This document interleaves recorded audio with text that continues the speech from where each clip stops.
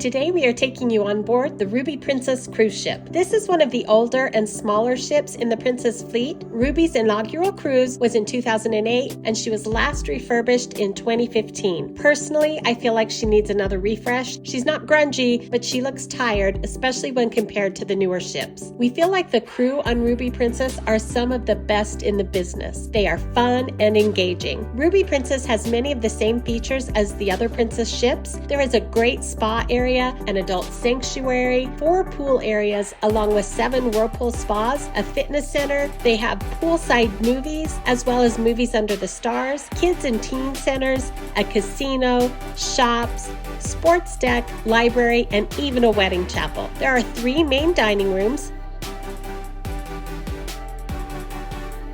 the buffet, a poolside pizza,